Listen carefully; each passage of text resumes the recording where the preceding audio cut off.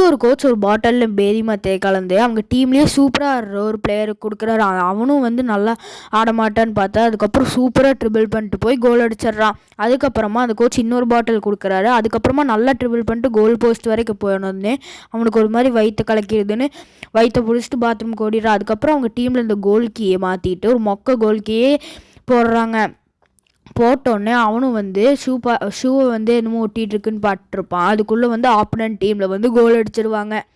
அதுக்கப்புறமா இன்னொரு கோலை தடுத்துருவான். ஆனால் வந்து அவன் வந்து அந்த லைனுக்குள்ளே ஒரு மாதிரி பயந்துட்டு போயிடுவான். அதுக்கப்புறமா அவங்க டீம்மேட் வந்து இந்த மாதிரி இங்கே இருக்குது பார்த்தியா இந்த லைனு, அதை தாண்டி நீ வந்து உள்ளே போகக்கூடாதுன்னு சொல்லிடுவாங்க.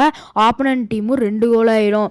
அதுக்கப்புறம் எல்லாம் சொல்லி கொடுத்ததுக்கப்புறமா அவனும் வந்து ரொம்பவே சூப்பராக வந்து எல்லா கோலையும் தடுக்கிறான். எவ்வளோ ஸ்பீடாக அடித்தாலும் தடுத்துட்றான். அதுக்கப்புறம் ஒரு வழியே இவங்க டீமும் வந்து இந்த கோல்கினால் ஈஸியாக ஜெயிச்சிட்றாங்க. அந்த கோச்சும் வந்து ரொம்ப சோகமாயிட்டார்.